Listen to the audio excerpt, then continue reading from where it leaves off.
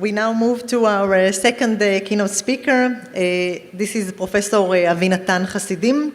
Professor Hassidim is a senior lecturer at the Ilan University, and he also leads Google research in Israel.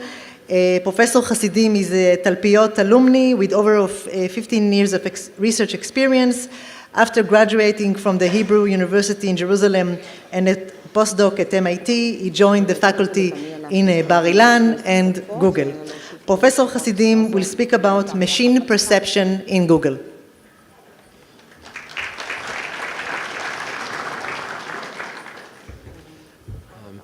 Thanks for the introduction and thanks for having me here. So before talking about machine perception in Google, I'd like to introduce myself a little bit.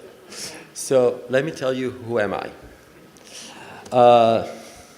Okay, this is my wife. My wife is a child psychiatrist. This is my brother. He's a plastic surgeon. This is his wife. She's a dermatologist. This is my cousin. He's a pediatrician. This is my sister. She's a medical student. And this was just taken last Purim. This is my son. So obviously, everybody around me is working on medicine, and I'm the black sheep in the middle. I'm the guy doing CS. So the only way for me to have a chance to speak at the family dinners with my siblings and my wife is if I do something in medicine. And therefore, I decided to work a little bit on how we as computer scientists and how we can use vision to change medicine. And this is what I'd like to tell you about today, and this is all work done in Google. So let me start with the problem that I'm going to describe in this talk, and it's a diabetic retinopathy. It's a terrible problem. It's probably the leading cause of blindness for young people, and it's on the rise. Basically, there are 400 million people in the world who have diabetes, and if you have diabetes, you have increased blood pressure, and that blood pressure can also happen in your eye, and that can cause blindness. And people who live with diabetes for a very long time are very likely to be hurt by retinopathy. If you have diabetes for over 20 years, it's more than 80% that you're going to get diabetic retinopathy. And after the damage happens to your eye, there's basically nothing we can do about it. So people just lose their eyesight. And the only way to prevent retinopathy is via screening. So basically what we do is we try to screen patients annually, and then we see in the eyes, and if we see that the blood pressure is too high and there's blood leaking from the blood vessels in the eye, before there's too much blood, which basically destroys the retina, it gets to the macula and destroys the retina, we give them medication that would reduce their blood pressure and save their sight. So basically it's something which is completely preventable, but once the retina is damaged, there's just no way to save it. This is how an eye looks. There's a picture of a healthy eye and an eye with hemorrhages. Hemorrhages are these little areas where the blood comes out of the vessels. And basically, ophthalmologists divide eyes into 5 different states. There is no diabetic retinopathy, mild, moderate, and severe, and also proliferative diabetic retinopathy, where we're actually starting having additional blood vessels in the eye, which actually expedite the blindness. And again, this is all great. You can get annual screening and everything is going to be okay, except that in some parts of the world, there is no way to screen people because there are just not many ophthalmologists. So for example, in India, we're in a shortage of over 100,000 eye doctors so that we can give adequate treatment to the population. And over 40% of the patients suffer blindness just because they weren't examined on time by a physician. And this is something which is really preventable. It shouldn't happen. So basically, this is the problem that we wanted to tackle. The question is, can we identify retinopathy on time and prevent it before people actually see a physician? And what we did was, well, the first thing we did, when this was probably the most difficult part, we hired an army of ophthalmologists. I know that we had this great talk before about unsupervised learning. We did this like old-fashioned supervised way. We had 54 ophthalmologists who graded images for us. This was like the most difficult part of the project. And they graded over 100,000 images, where each image was graded multiple times. We basically graded every image in the training set 3 times and every image in the test set 7 times. And if there is like one conclusion that I took from this is that 7 times is not enough. If you really want to get good accuracy, you have to tag every image in the test set many more times. By the way, also related to what Lior said, tagging everything 3 times in your training set is not so important. We later got essentially the same results with just 1 tag per image. The main thing is how much you tag the test set. And this is sort of to give you a feel for why tagging is so difficult. If you give an ophthalmologist the same eye and you give it to the same ophthalmologist like a day after day or something like that, or maybe a week apart, their consistency is 65%. So 65% of the time they're going to say the same thing. If you give the same image to 2 ophthalmologists, and remember, these are trained ophthalmologists, they did all the tests and everything, they know what they're doing, they will give the same grade only 60% of the time. And when we saw these numbers, we were like, guys, how can we work? How do you expect us to get decent accuracy if you yourself don't know what you're doing? You're not accurate at all. And they were like, what, are you crazy? We are right. We say the same thing 60% of the time. That's incredible.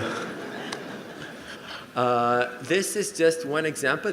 So we had this really small test set, which we graded a bazillion times just to understand how good the graders are. So every column you see here is an ophthalmologist, and every row is a patient.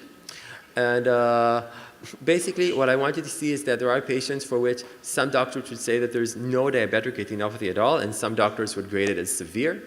And if you look at the bottom black row that is highlighted there, this guy would say that the patient has mild diabetic retinopathy, and another, U.S. certified board ophthalmologist, whatever you want, would say that they have a proliferative diabetic. So it's really everybody says different things, and we just have to live with it. Okay, so what did we do with that? Basically, we trained a neural network to try to identify the label. We also did some cleaning labels, things related to image quality and whether it's the left eye or the right eye. It's not so important.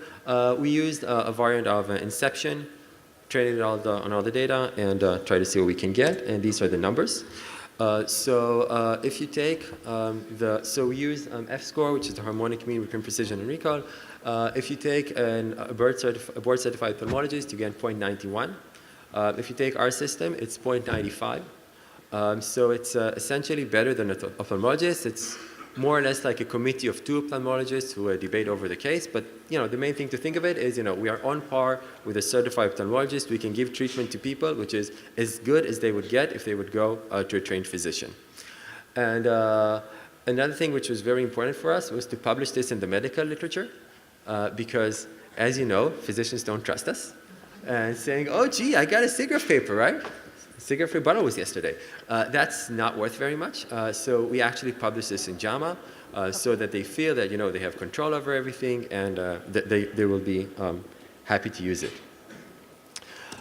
This is, by the way, the labeling tool that we've used. We've built a specific tool only for this case. Again, we wanted to expedite to make the ophthalmologist work in an efficient way so they can label many images for us. The next thing we had was we had to think of explainability. So, we showed the system to ophthalmologists and they said, okay, so you say that you have really good accuracy, but, how can we trust you, right? So we did the standard thing of basically just taking a heat map of pixels and trying to tell them, this is where the hemorrhages come from, and it turned out to work quite nicely. So this is an image with mild retinopathy, and if you see, this is the heat map of the pixels which cause a diagnosis, so you can see that it's very localized, and the ophthalmologist who tested us could see that, yes, we're right. This image has moderate diabetic retinopathy.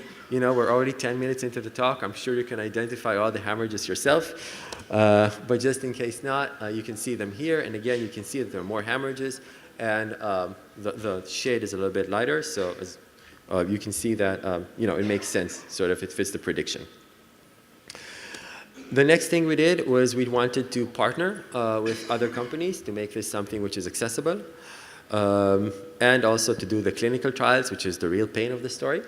I won't go over the clinical trials, but we partnered with Nikon, and they've actually generated a specific camera, like a physical camera, that you can take retina images of people and actually replace the physician.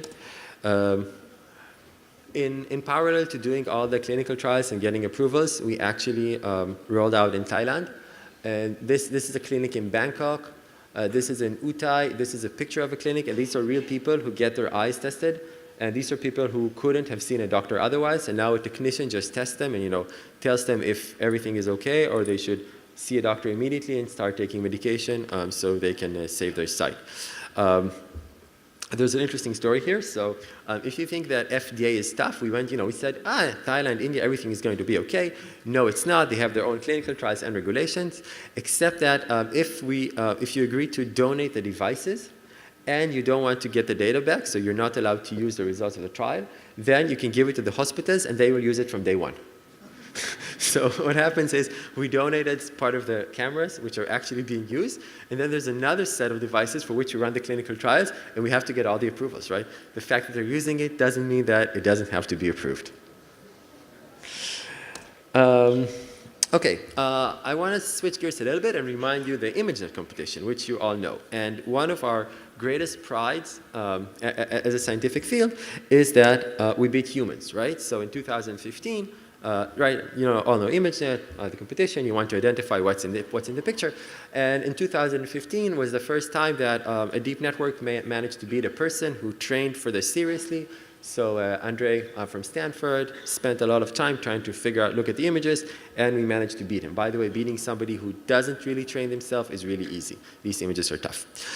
So taking inspiration from ImageNet, the question is, we're as good as an ophthalmologist, right? We're as good, the same F-score. Can we do something that ophthalmologists can't do? Can we do some real magic?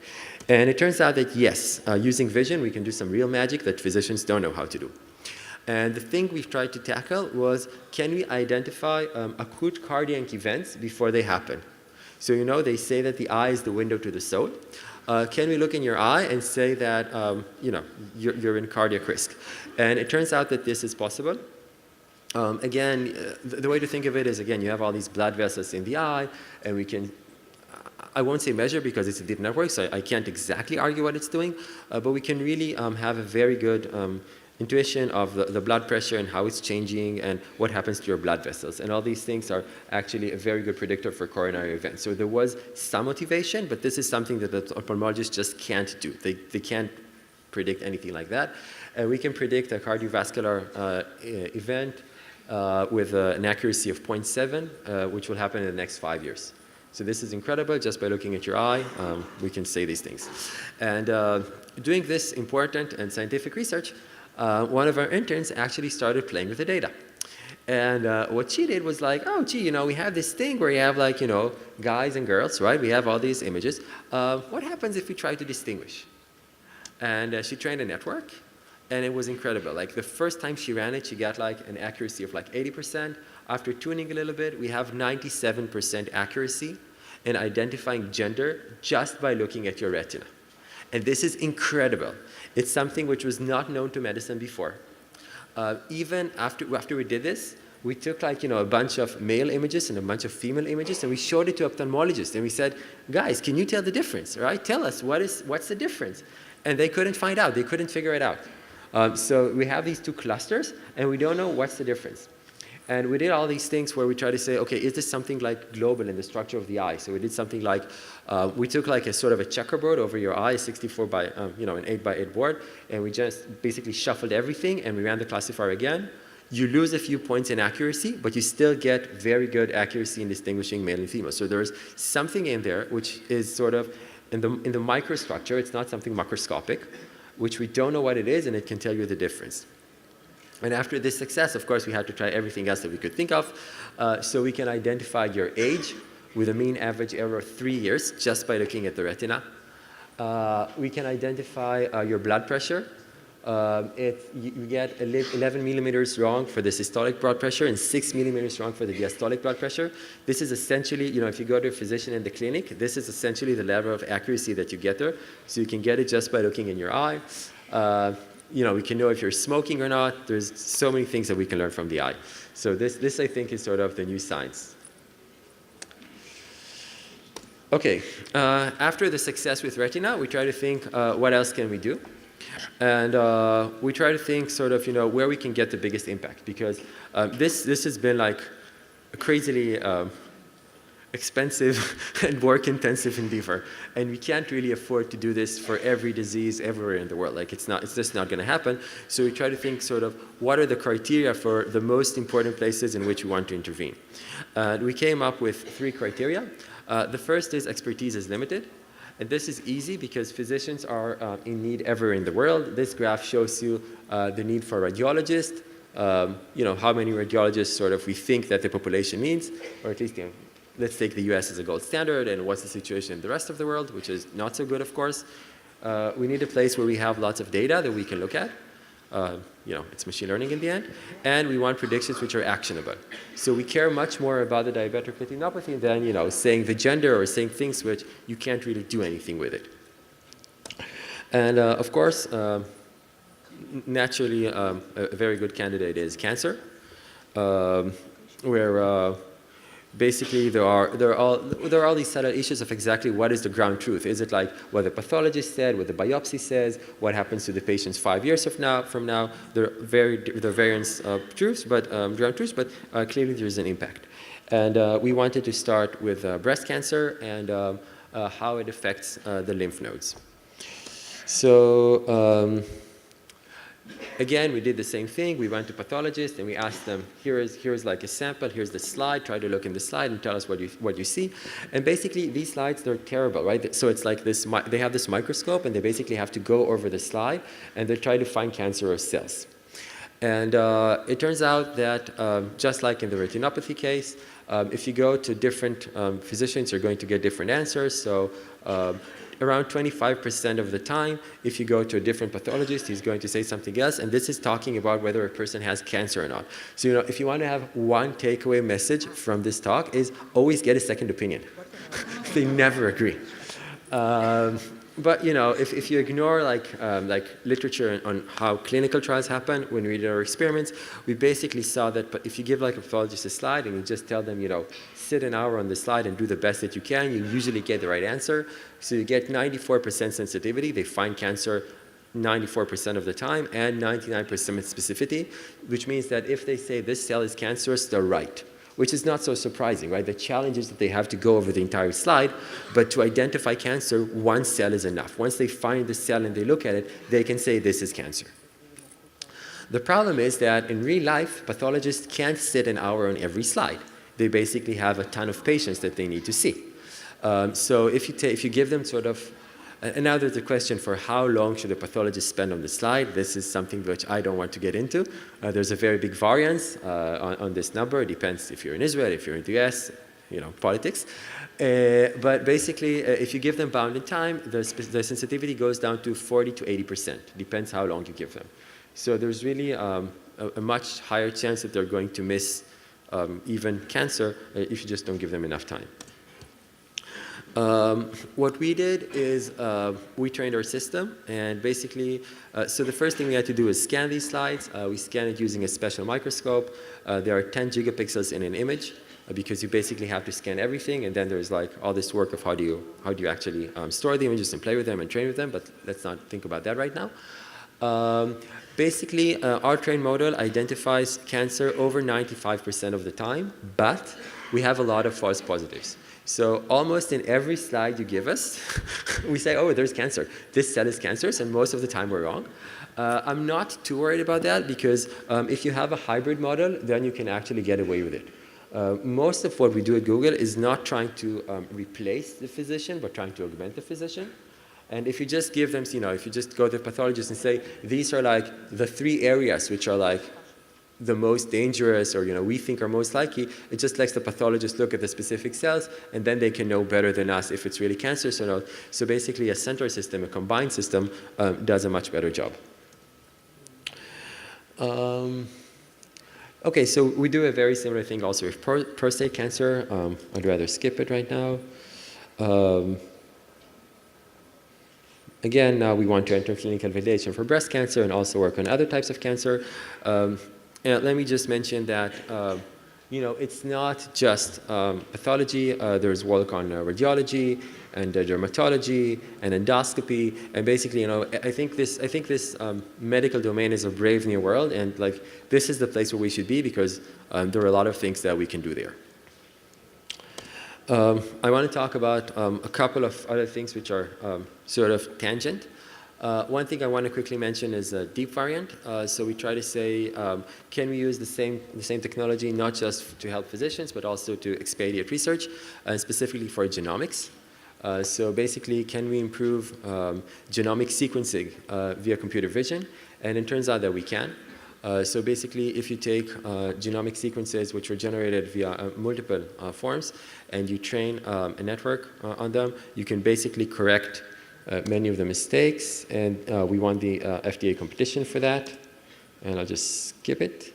And in the last 5 minutes that I have, I want to talk about other things which are happening in Israel and sort of use this opportunity to present things that we do here. So in Google Israel, we have 4 research groups.